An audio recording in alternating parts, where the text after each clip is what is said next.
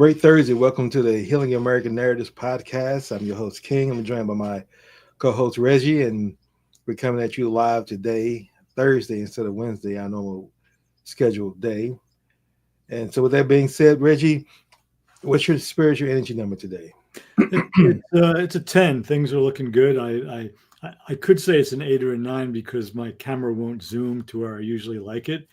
And so I just have my books as a background, not the door and the little step ladder and everything else. And so it's been misbehaving for the past week, and everything I tried doesn't work. But that's not going to keep me down. And you can see my Philadelphia, Pennsylvania sweatshirt too. So yeah, I'm a 10. I'm raring to go here this morning. Well, just great. Well, a little tech advice I'll throw at you. If you haven't tried this, if you have, then I pretty much done anything that comes to mind quickly. And I would say, using Windows PCs, a lot of times the drivers get corrupted. So sometimes it's best to uninstall the program and then reinstall it, like again from scratch. And that should clear it up. If you've already done that, then I'm not sure any other steps. But that's what I would do. I would take it, uninstall it from scratch, remove the software, unplug the camera, plug it back in, reinstall the software, and take it from scratch. Okay, I'll give that a shot. But we should probably get on with business because people aren't tuning in to hear you give me tech advice. That's true. That's the tech in me. So my experience energy number with you is a 10. So I join you in that. And then what's your gratitude moment today? I'll let you go first. Yeah, so I'll be my standard gratitude is I have a refrigerator with food in it. I have access to more food if I want to get some more food. I have indoor plumbing. It's about 35 degrees outside right now. I have heat when I need it inside of this house. And I'm fortunate enough to be sitting in a house that I rent where I look out and I see trees and sky. So my basic needs are met. I could always, in this modern 21st century world, I could always want more and better. And in some cases I do, but I'm grateful every day for those basic needs I just mentioned, generally good health. And as I like to joke with you, as far as I can tell, my mind is still fairly sound. So I'm grateful for all of that. Excellent. Well, I'm grateful for my life, my health, my ability to hear, see, walk, talk, stand, breathe, and have a sound mind. The 24 hours to pursue my purpose in life, the challenges and problems in my life, because through those solutions, I gain wisdom and be on a platform and have a technology work the way it's working today, and then the infinite possibilities this day is going to bring. Amen. So with that being said, let's begin with what's our topic for today. Yeah, so the topic, continuing with our broad, 3 years plus topic of healing America's narratives. And if anybody wants to know exactly what that means, they can go to a website by that same name or my Substack, which is writing about that for the last two years or so. I'm not going to go into the details, but basically we're doing what it sounds like we're doing, this idea of healing the various narratives in the United States of America. Specifically today, we're going to take a look at what I see as the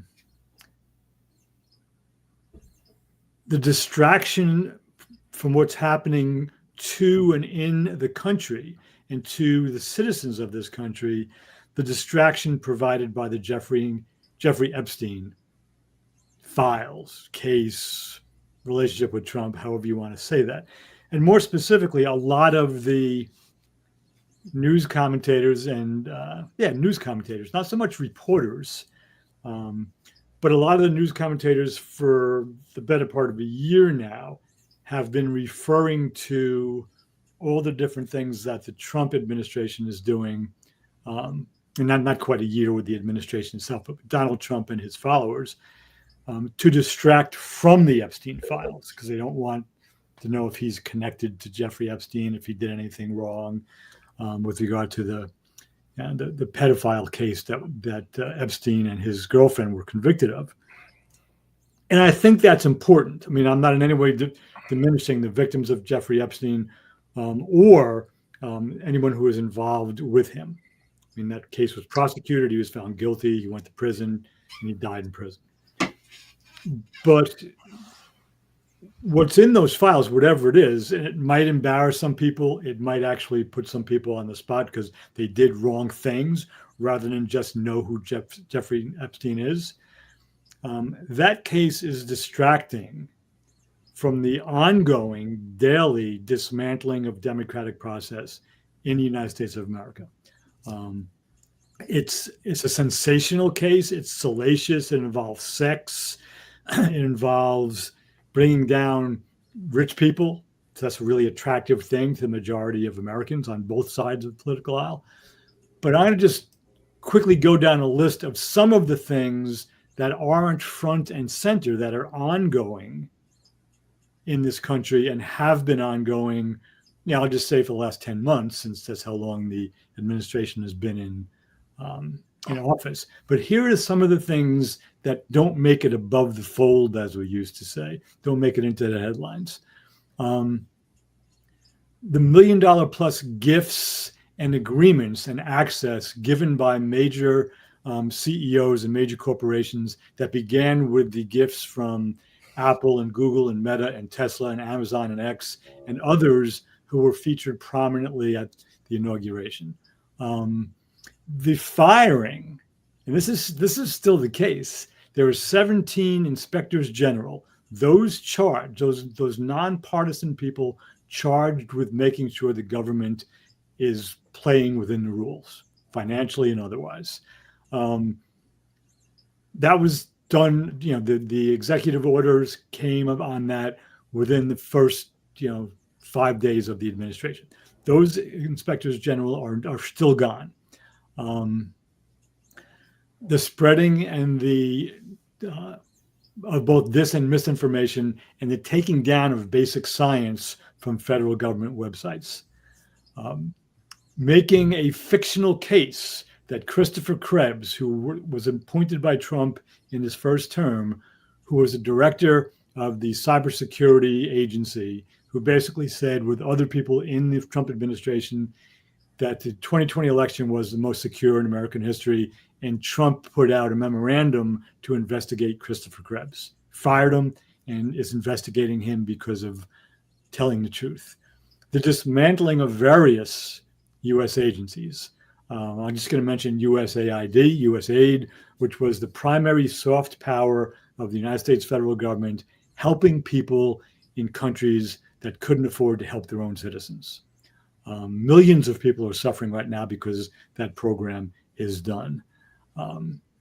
Allowing temporary tech employees access to the most personal data of American citizens through the DOGE program led by Elon Musk. Nobody knows exactly what happened to our data. Right? That's a done deal and it's ongoing.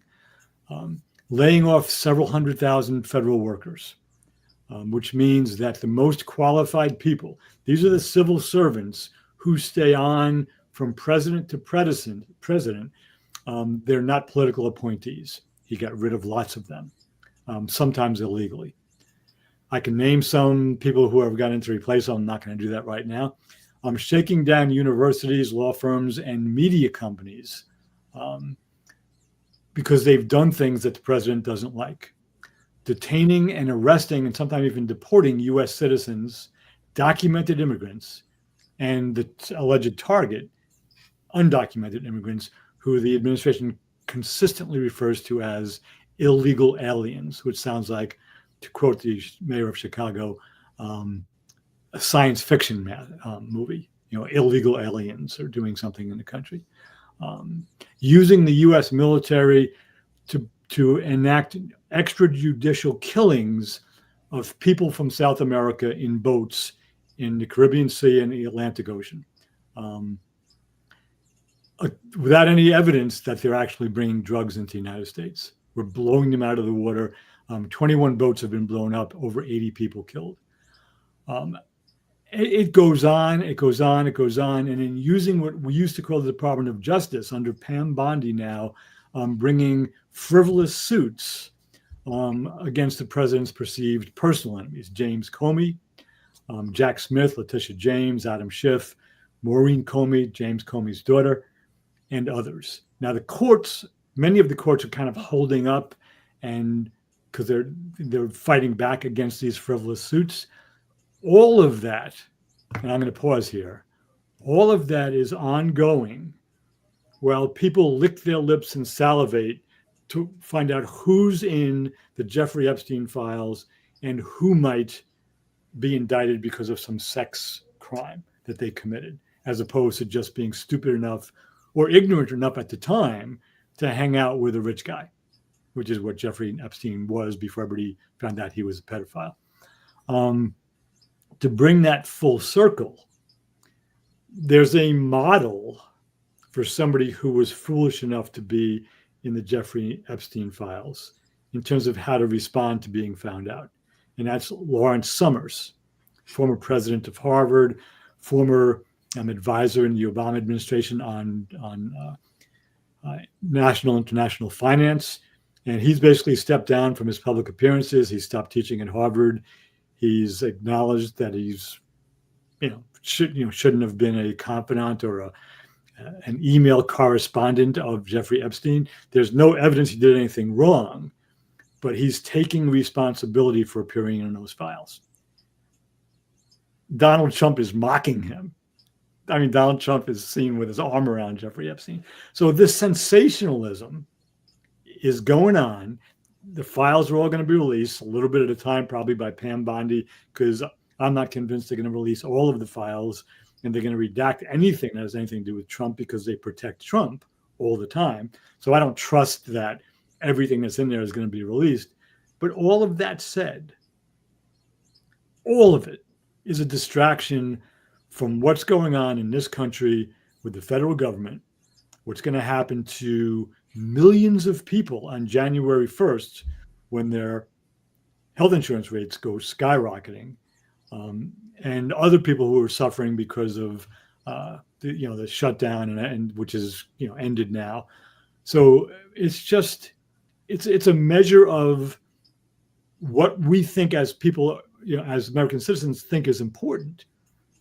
Because there's this campaign to release the files, and I'm not against that.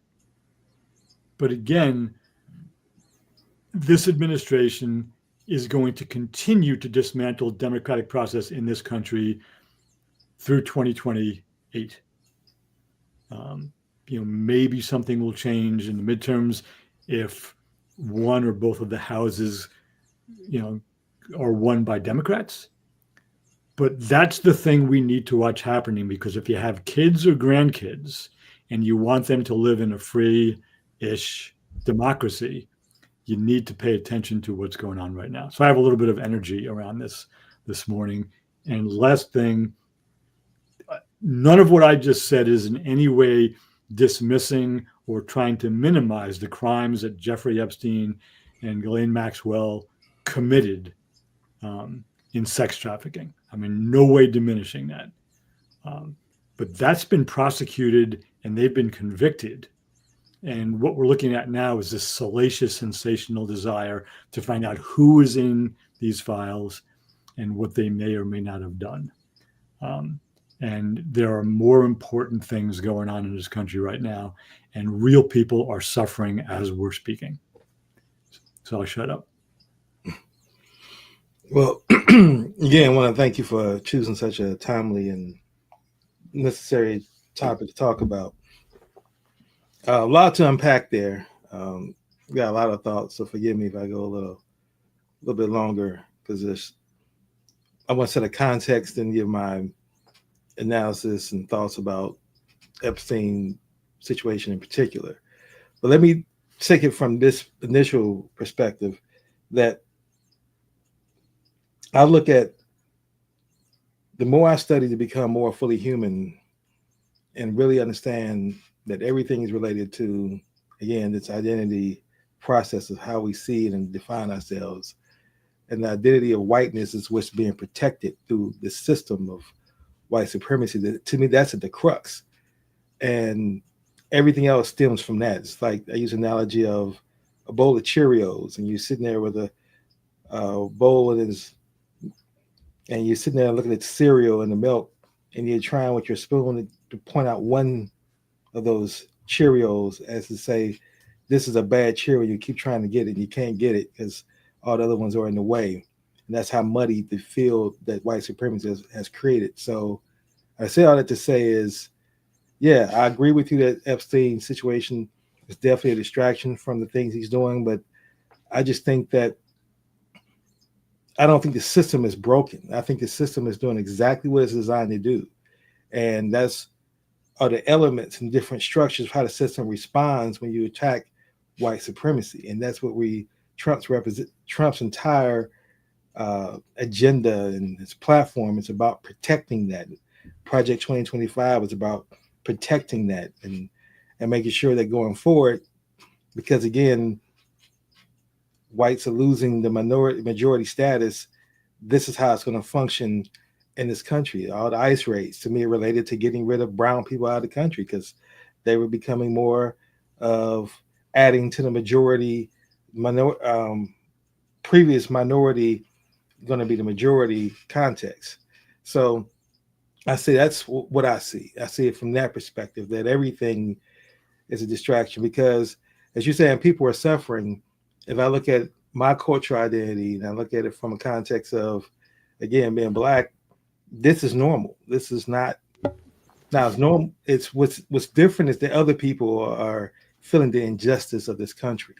But for us, for me, this is normal. This is not having the courts to depend on, not believing the government is going to be in your favor. The government's doing things against you just because you're Black. I mean, FBI with COINTELPRO and how they would look at that King and his body, I mean, his life and trying to destroy his life just because he's fighting for civil rights and trying to destroy his marriage and his life. So we've experienced that, the brutality that we've experienced. You outline in your book, Healing America's Narratives, not just from enslavement to the the Civil War draft riots, to Tulsa, to all those things. Then you look at, so for me, we're comfortable where we are now. Not to say that it's right, but it's just comfortable because what we're seeing now for the first time is that white supremacy not longer being subtle and other people beyond Blacks are being impacted by it. So that's what's kind of like new. But the feeling of things being affordable has always been an issue. As a matter of fact, we grew up believing that, I remember one guy said this, and I thought it was pretty profound and simple. He said, when you talk about affordability, he says, when you broke, everything is expensive. Mm-hmm. And that's how majority of people that I grew up with came from, that being broke, not having enough, stretching the dollar, mother doing some incredible things in order to make ends meet, watching TV shows like Good Times and Sanford and Son, where that was the only programs we could watch. But again, he was a junk man living in poverty in California, and Good Times was a family of poverty in Chicago. So we couldn't even escape it from TV. So no matter where we were at, our entertainment had let us know this is the conditions you have to grow up in. So you grow up in that, you read that, and that triggers my identity and cultural, and I see the victim role and continue down the rabbit hole. But being fully human allows me to now say, well, we weren't the only folks who suffered. I look at the Trail of Tears and the Indian boarding schools, and you say, wow, so it wasn't just us. And you look at how women were treated, all women, white women in particular. If you look at it from that context, how they were treated, couldn't vote, and all these things. So to me, America has never had that ideal democracy that everybody wants to cling to. The thought of it, we've never really experienced that as minorities, folks who wasn't white men. We've never really experienced full democracy. We've had hints of it and tastes of it, but never fully. Like, for example, every court case that I see that it's clear that if a police officer is doing brutality and it goes before the grand jury, I have just as much faith that that grand jury is going to indict those police officers as I have that Trump and his team and the Justice Department is going to release the Epstein files in totality. same level of faith, same level of distrust, same level of this is just how the system works. Um, so for me, those are all the thoughts that I process with it. And I get your point, and it's sad to say, and I'm not dismissing the suffering of folks who are losing their jobs and the SNAP benefit programs and all those things and ICE raids. I think all this cruelty, and I think it definitely needs to stop. But I don't feel that the solution is just just for just making a point. We elect Gavin Newsom and put all our energy in electing Gavin Newsom and Democrats next term and or in 2026, just so we can get back to where we were before, where there was still a huge growing chasm between wealth and inequality for everybody. The 1% still getting richer. The fact that people are upset that now Elon is in position to become a trillionaire, where there was no issue with him becoming a billionaire, and he's done nothing really creative other than steal companies and position himself in his white privilege at the right time. But you look at his history, he didn't create anything. He didn't create Tesla. He didn't create uh, his previous companies. So I say all that to say is just getting back there is not enough to say, let's get excited. Let's go out and vote so the rest of the country doesn't fall.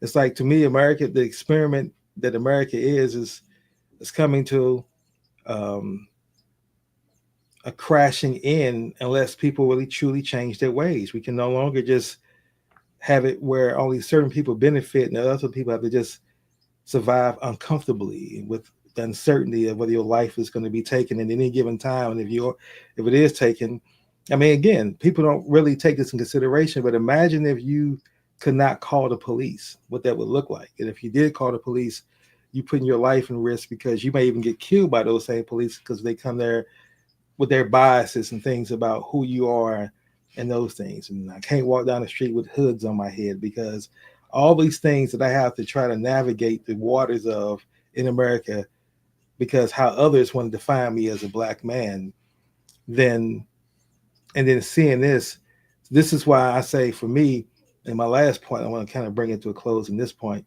is that I got caught up in the whole Epstein thing as well, because I believe that Epstein might be the only thing that can actually change his administration and bring Trump down. That's my reasons. It's not that I really care about who's in it and all those things. I already know, or I shouldn't have said I already know, but I already understand this. The system is that that's what the elite do. So I'm expecting it to be a lot of people who have money, who have privilege, and they buy into this system of pornography and pedophilia. I believe that's what they do. So now, do I have proof, or do I really care enough to sit here and read every conspiracy theory about that? No, I don't, because it's not going to impact my life either way. But I am aware enough to know that regardless, that his administration is not going to release it. And I got caught up down that rabbit hole of watching so much news and listening to the information I was listening to that I really began to think that, wow, if it's the House does vote and the Senate came back and they voted quickly, and I'm thinking like, wow, Chuck Schumer finally did something. I got caught up into that for a moment.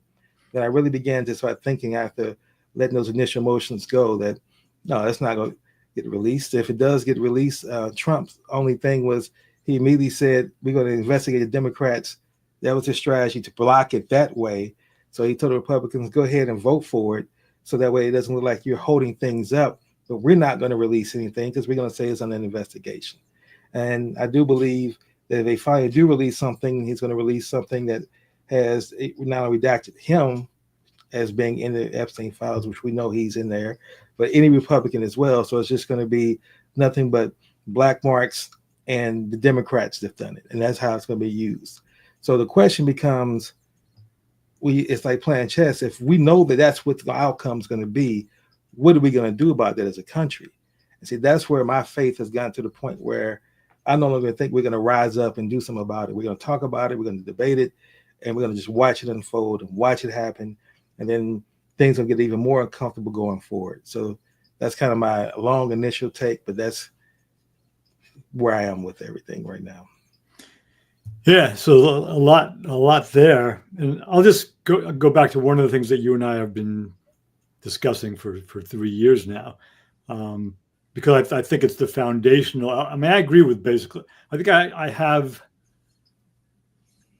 I have. I don't know if the word optimistic is the right word or not. I think I have a more optimistic view. I mean, I believe that the country could, what naive people can't imagine.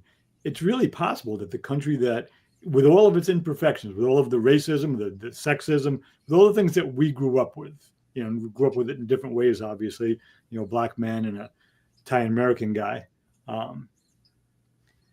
But there is a trajectory of things that have gotten better because there are good people in positions who have done good work, that they did for a while amend the Constitution, and they did make improvements.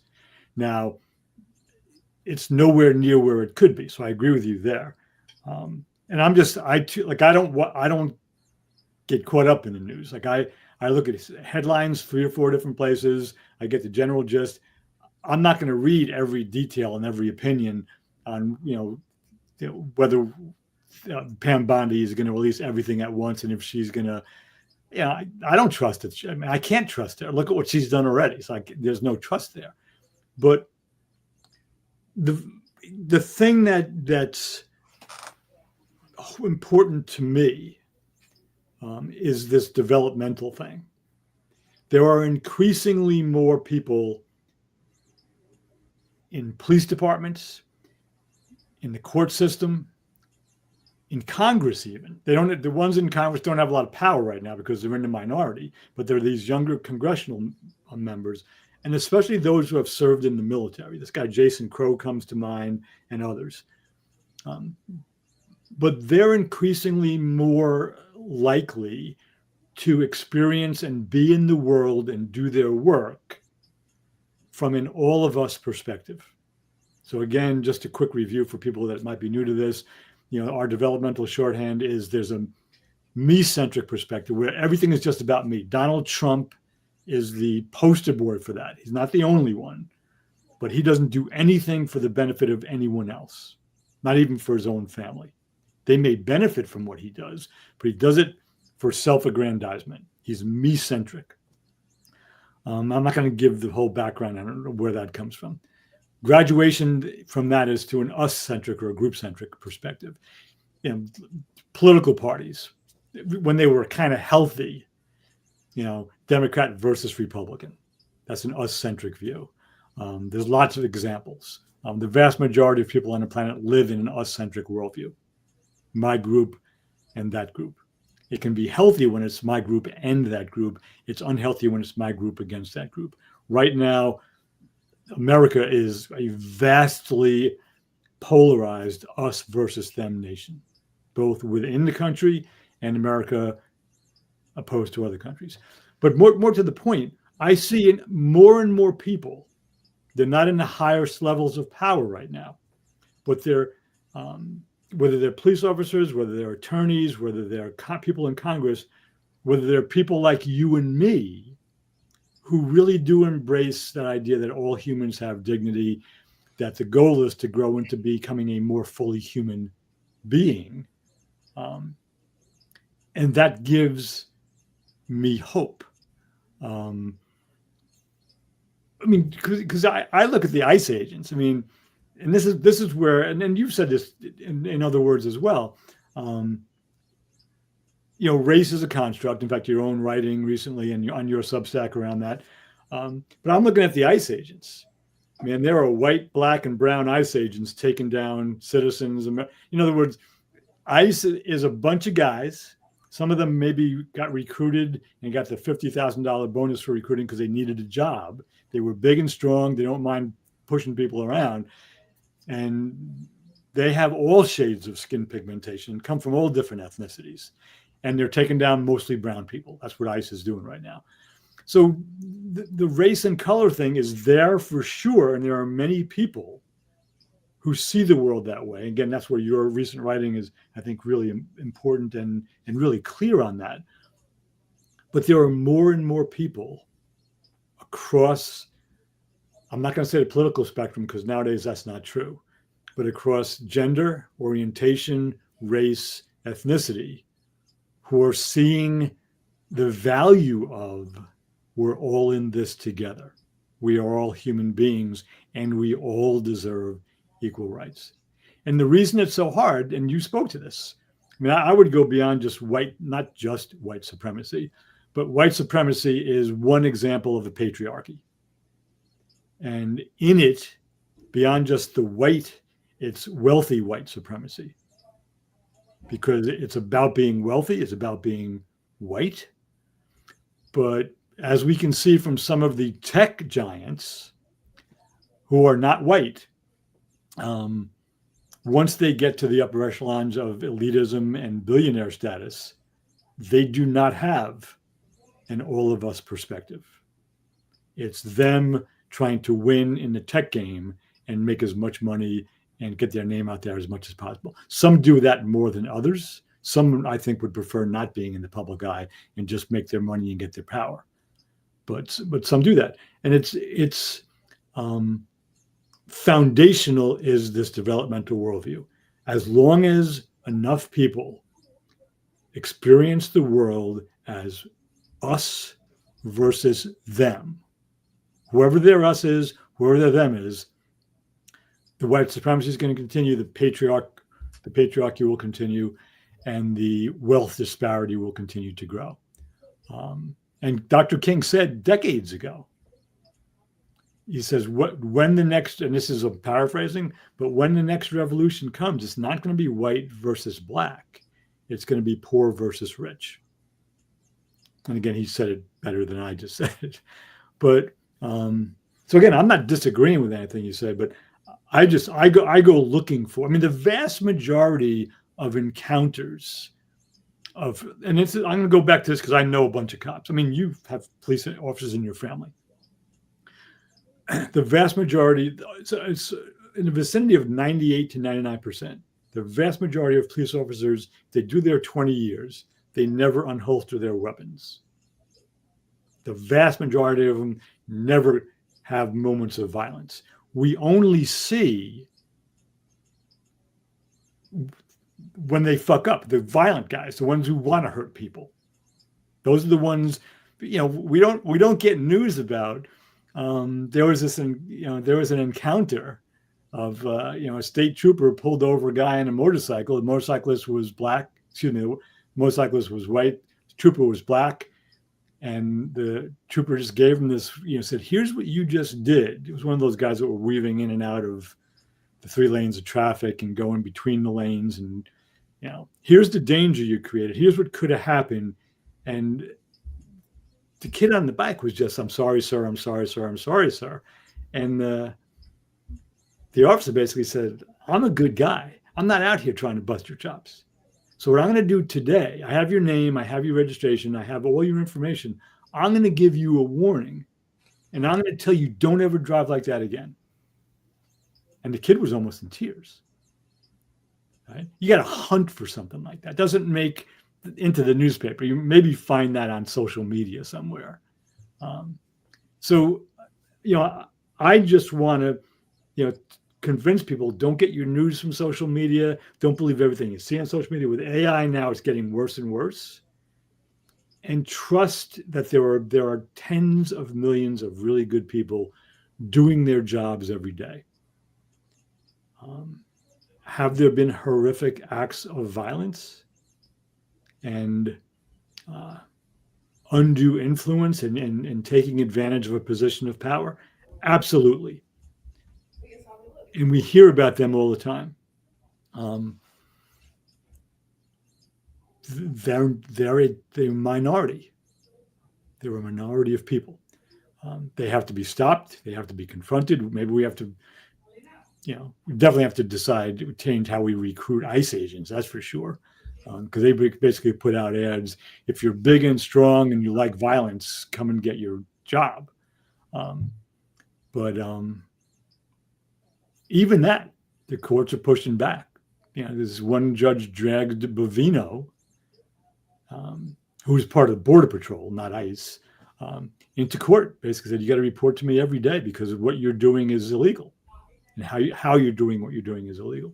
So I guess I just have more faith, but we need tens of millions of people to get away from the sensationalism shit and really look at what's going on, because our imperfect democracy can get much worse. It has gotten much worse in a hurry, and it can get increasingly worse. And whether we talk about white supremacy, racism, developmental worldview, the patriarchy, the wealth disparity, it's going to take all of us who care about human beings other than just our in-group memberships to be involved. And that's a hard thing for the poorest people. And I don't mean the poorest people who are, living in the streets. I mean the poorest people who are working 2 or 3 jobs a day, who have kids, who are trying to, pay their rent or afford a house or whatever it happens to be. It's easier for me to engage at my age. I mean, I'm as poor as they are in terms of actual income and net worth, but I have enough where I can live and kind of be okay. But I'm an injury or an illness away from bankruptcy, as a lot of Americans are. So I just continue to say, pay attention. If you're upset about the history, you should be, but do what you can to keep it from getting worse, because we have no idea as a nation, specific groups, as you said. If you are Black in this country, if you were Native American, this used to be land that you lived on, and now that's been taken away from you. If you were a woman, you have a taste of it, but it can get much worse. Look at Russia. Look at what they're doing in Ukraine. And there are lots of places to look. We have, I think, an ethical obligation to keep it from getting worse. And as you and I don't mean back to the way it was. All of these progressives who do have this all of us together perspective, in Congress, support them. I agree. We don't need another we don't need another billionaire or millionaire of any color in the White House. And that's why some of these veterans are really impressive to me. Not just them, but they know what it's like to put their life on the line because they believe in something. And I don't mean Pete Hegseth and J.D. Vance either.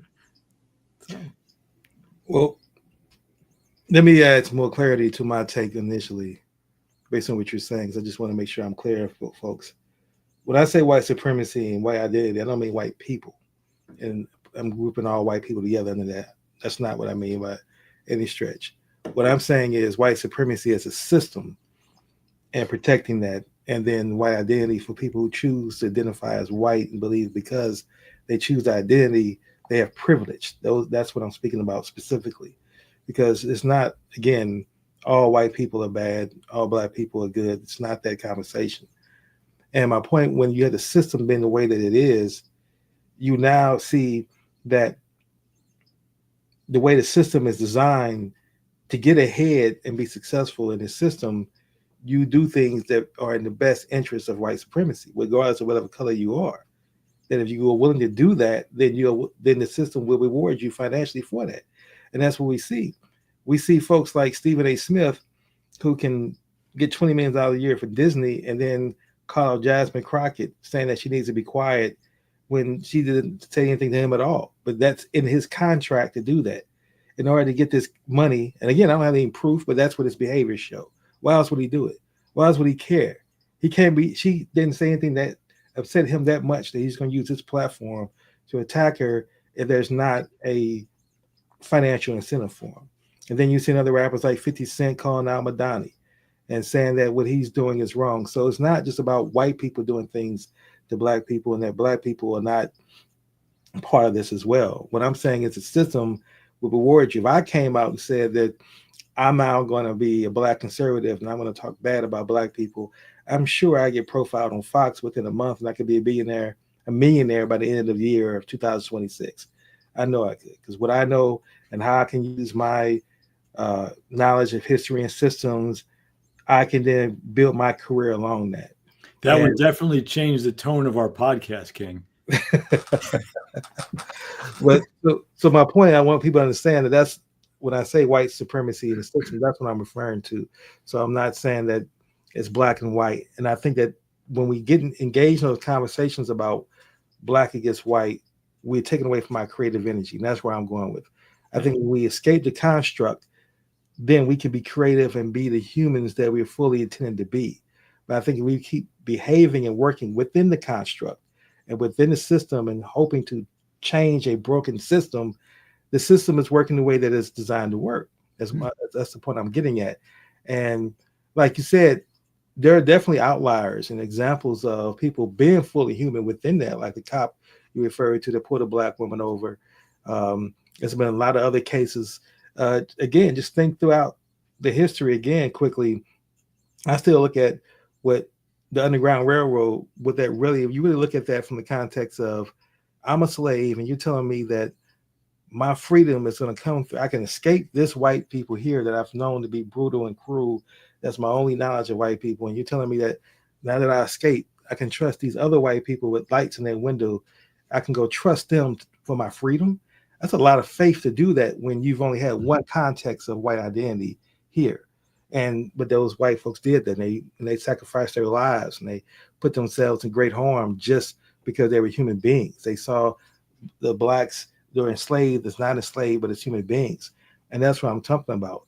Like, for example, when I watch Archie Bunker, and I've always heard these years how racist he was and how much a bigot he is. And yeah, he's definitely a bigot, but the jokes about black people, I'm not that offended by. To me, the real cringe, where I get cringe from watching Archie Bunker, is how he treats Edith. So it was like if women should be the most offended population from watching that show than anybody else, because the way Edith acts and the way he treats her and tells her stifle, calls her ignorant all throughout the show, every single time. That to me is repulsive. So much so that I found out the actress who played Edith, Jean Stapleton, she even said they asked her on several different talk shows after that, do the Edith voice. She never would, because she realized how humiliating that was to play that role, but she played it for money. And that's where I'm going with this. When you look at the white system of white supremacy, capital changes everything. You look at Cash Patel and all those individuals who are advocating release the Epstein files. The minute they get some money and get access to power, now is releasing the Epstein files is not that important. So that's where I'm talking about the system has to change, because we're now talking about letting pedophiles go.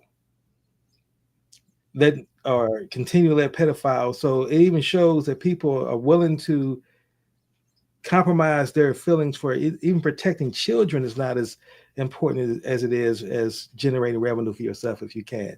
Megyn Kelly came out and tried to justify who that Epstein wasn't as bad, and talking about the fact that he was really interested in 15-year-olds and not 8-year-olds. And there's a difference between 15 and 8-year-olds. And she's defending that by saying she knows someone who's very close to the situation.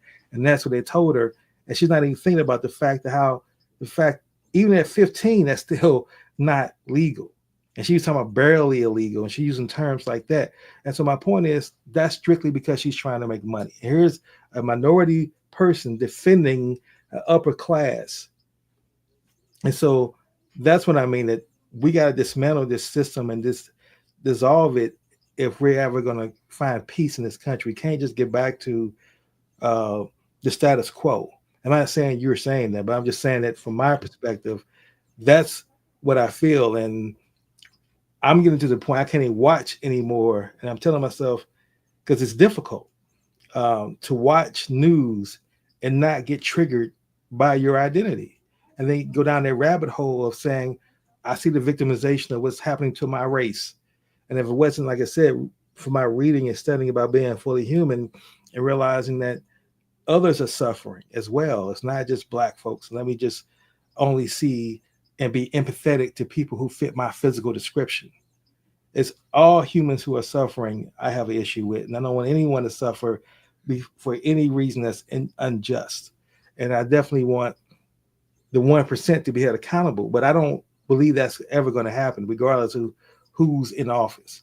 Like I said, maybe with Democrats in office, it won't be as violently abusive as it is in the Trump's administration, but you're still going to have people suffering. You're still going to have poverty. You're still going to have under Democratic administration. Uh, Biden allowed the corporations to come in and start buying housing, and that just really messed the housing market up now. So that's also sent things affordable. I mean, to make things unaffordable. And no one's talking about that the way to fix that is to stop letting corporations buy housing. No politicians advocating that. No one is saying that this is how we stop that. Maldani is an outlier for what he's doing in New York. But then you got black, white, or anybody who has money. So now when you transcend a certain financial level, I believe, again, the agreement has to be made for you to sustain that wealth. You have to buy into the system. Like you mentioned, and when you check billionaires who are not white, they may be Indian, and the Indian believe that he was the ones who come over here think that Vivek Ramaswamy believes that he can come over here and he feels that he's now being identified as white. Not that his skin color is white, but he feels he's tapped into a white identity. And now it's been shown that no, you're not. You're not welcome into the true white identity circle for whites who really, truly believe that you're not Protestant white. You're not part of their clique. So that's what I mean when I say all that to say is I agree with you that the whole Epstein thing is definitely a ploy. And I just want to wrap my point up by saying this. I just saw recently, I don't know if you're familiar with Alan Watts, but I listened to Alan Watts a lot lately. I figured you would be. And he had just one YouTube video I've watched recently. He talked about that the inner voice that you hear is that you. And that really fits into what I'm studying about being fully human identity. That voice is not you. You think that voice, that monologue in your head is actually you, but it's not, because you can't define where it comes from, for one thing, and that's telling you what your identity is. So all that plays into that. But where I'm going with this is the fact that that's what people have to get to the understanding of. Stop listening to their inner voice and believing that their inner voice is you, and their inner voice is being controlled by the media. So that's why people believe in the sensationalism that you talk about, because the media is controlling their inner voice, i.e. their ego. It's feeding their ego, and the more it feeds your ego, you go down this rabbit hole, and next thing you know, the media is controlling your thoughts because you're listening to their inner voice thinking it's you. And again, I watch myself go through that. I watch myself get so caught up with the Epstein stuff because I was just fascinated how quickly things moved to the House. I actually voted on it, how quickly it moved to the Senate. I got caught up believing that, okay, it's going to force Trump now to have to do something. And he comes out and he says, no, I'm going to investigate some Democrats, told Pam Bondi to do that. And, again, Larry Summers, Reid Hoffman, and Bill Clinton, names in particular. And in doing so, that's going to put a stop to the releasing because there's going to be an investigation. So, again, one thing I would say about Trump, unlike anybody I've ever seen, has taken his true information of how to manage and leverage the system of white supremacy for his benefit. He's done it masterfully. And that's what we see now. I mean, again, the Supreme Court has now given him complete immunity. So it's like, once you understand that he has complete immunity as president to do what he's doing, why would he play safe? Why would he not do grand evil things? There's no consequences that's going to come his way while he's president. He's got complete autonomy. Do whatever you want to do. If you want to steal from the government, as far as with your Bitcoin and your companies and all the business you're doing, again, you're president. You could say your sons are doing it. It wasn't you. There's no criminal consequences to his actions. Karmic, yes. Criminal, and in this justice system that we look at, no. So that's just kind of my take. I just want to make clarity that I don't want folks to get caught up debating the white and black issue, because that, again, it's a exercise in futility. Because at the end of the day, it's not about black and white.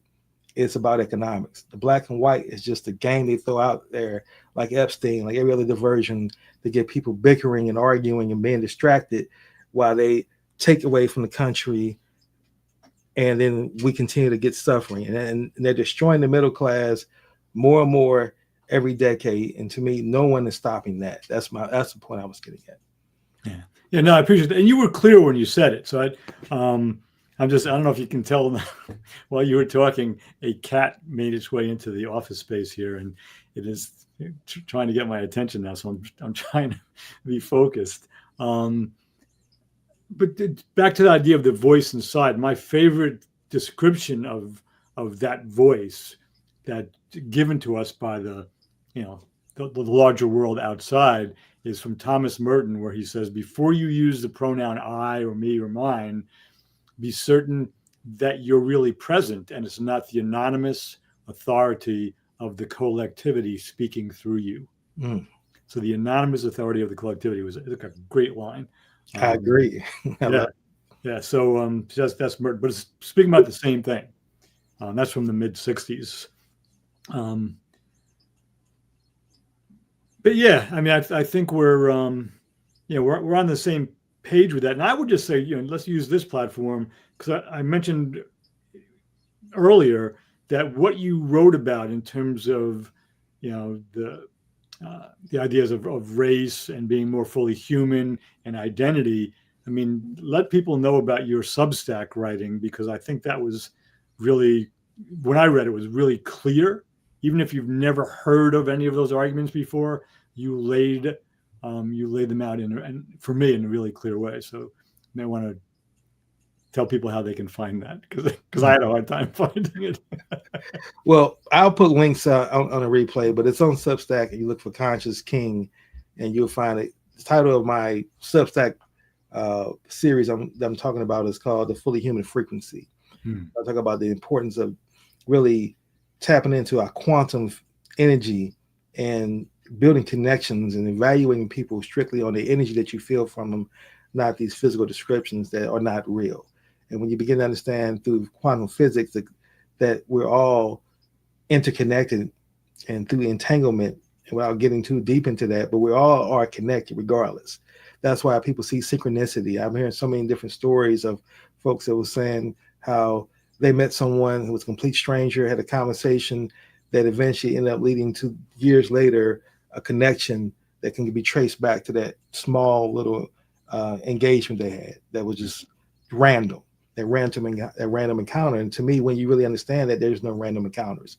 So my point is if we continue to live within a construct of racial thinking, where we see ourselves through Newtonian logic as being separate from one another, and then choosing our identity to say, not only are we separate, but as you said, that in this separation, that my people are better, and everything I need to do should be on the concern for my people. That's where we go wrong.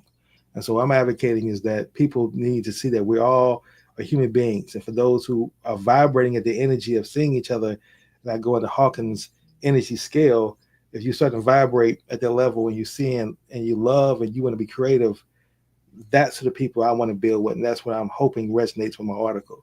Because it is not, let me conclude by saying this, it's not about doing it or forgiving the past and being apologists for folks who say, that I don't see color. It's not about that conversation.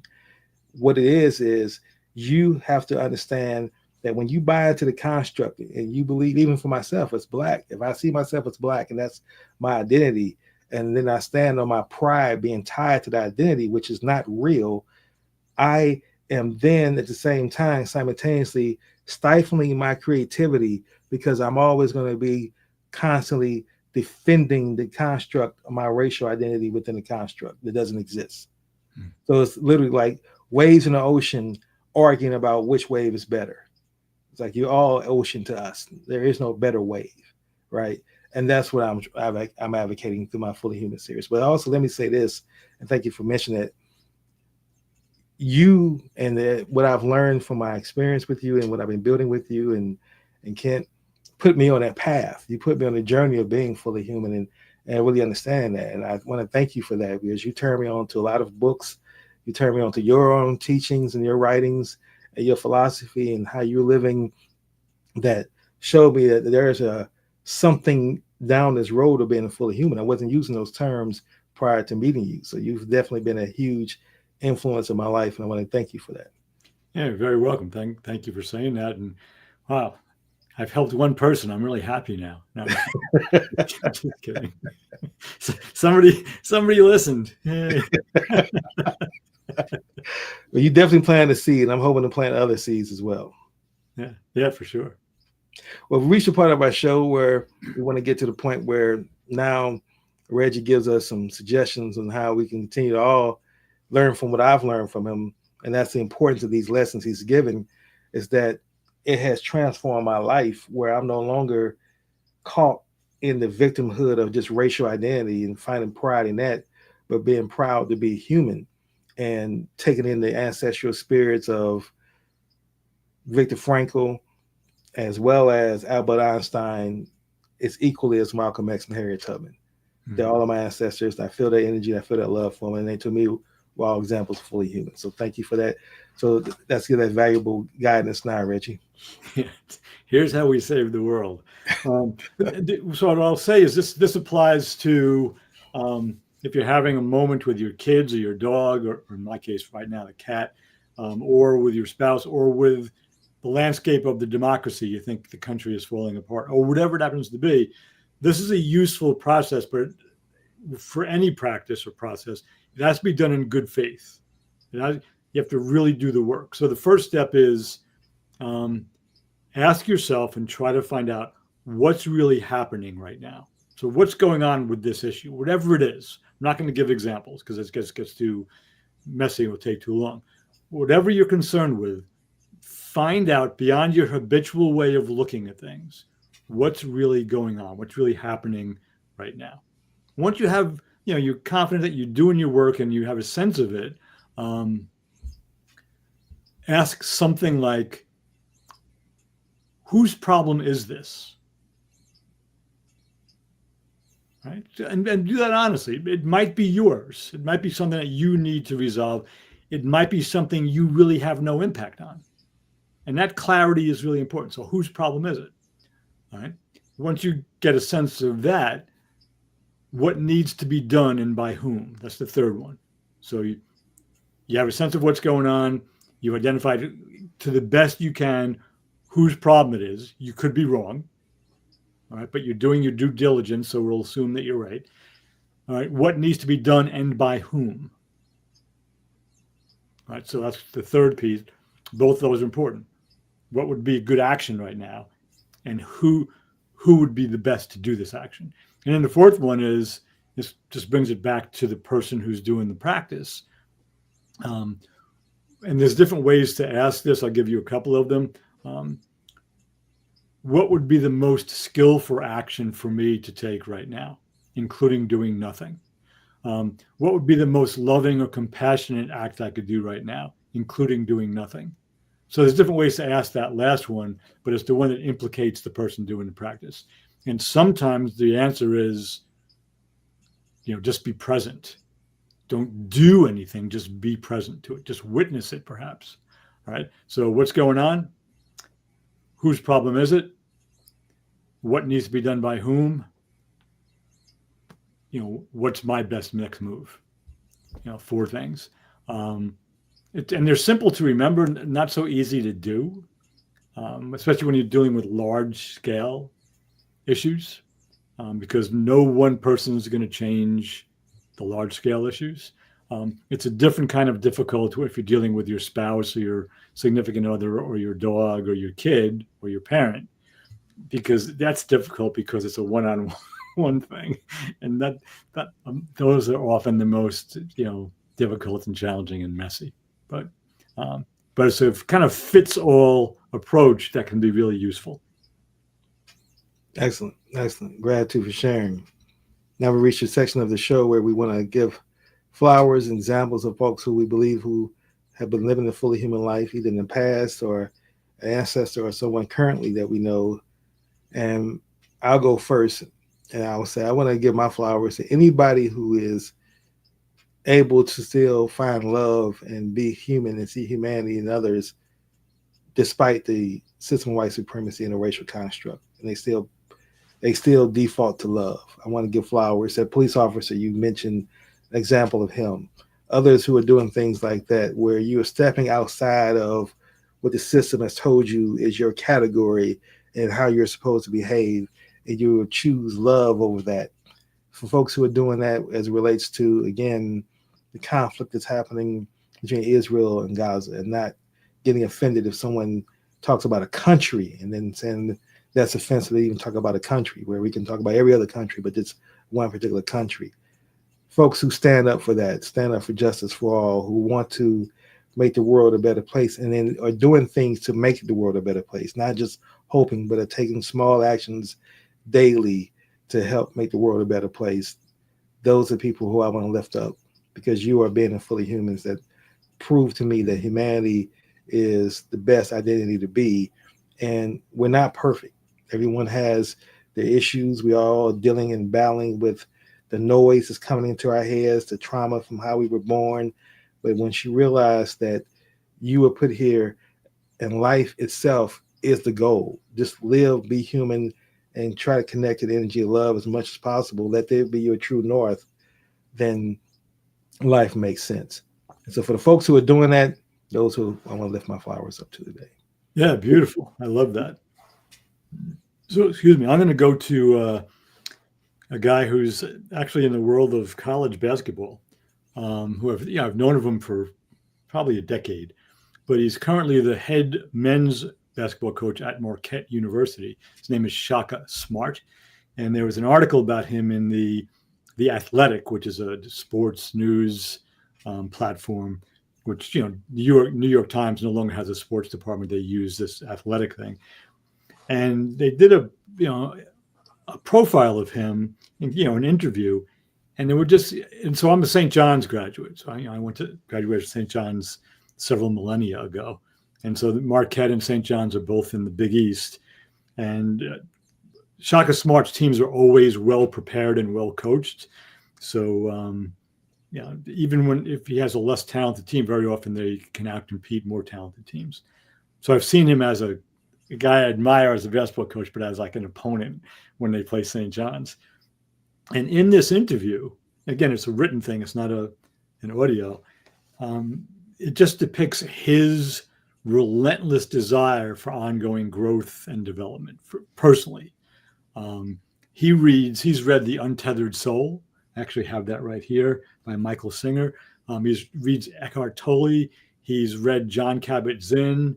He does a regular meditation practice in the morning. He gets out and he gets direct sunlight early in the morning. He just wants to improve, and he shares this with his players. So his coaching philosophy is developing not just their basketball and athletic skills and their ability maybe to play in the pros, but to really give them insights into some things that don't appear in a lot of athletic programs anywhere. So I didn't know that about him. He and I have read a lot of the same things over the years, and he's probably still in his 40s. So I have just a lot of respect for what he's doing in that industry, which is really difficult now with the portal and the NIL stuff. And the last piece of it is he has never taken a transfer player in. So he recruits people and he just develops the players he gets. He doesn't take transfers from other programs. So he's kind of ignored the portal, which is way unusual in Division I men's college basketball nowadays. So that was the thing that first got my attention. It made more sense when I read about his whole personal development practice and what he reads. So shout out to Shaka Smart, who I'll have a different perspective of next time they play St. John's. All right. Well, I'll look him up. I never heard of him, but what you're saying is definitely something I'm in alignment with. So that's something I've learned from my trip in Colombia, the importance of getting out in the sun and all the things you talked about and reading and just really, because again, the goal is peace of mind. That's where everyone's goal should be, because you can stop the noise, then you can really find out who you really are instead of the ego being there. So thank you for sharing that. And as we wrap up our show, again, thank you all for tuning in, those who tuned in live today, and despite the fact we didn't go on our normal day. But until next week, next Wednesday, 10 a.m. Eastern Standard Time, let's all continue to be more fully human, and that's the ways we can heal America's narratives. Thank you. Amen.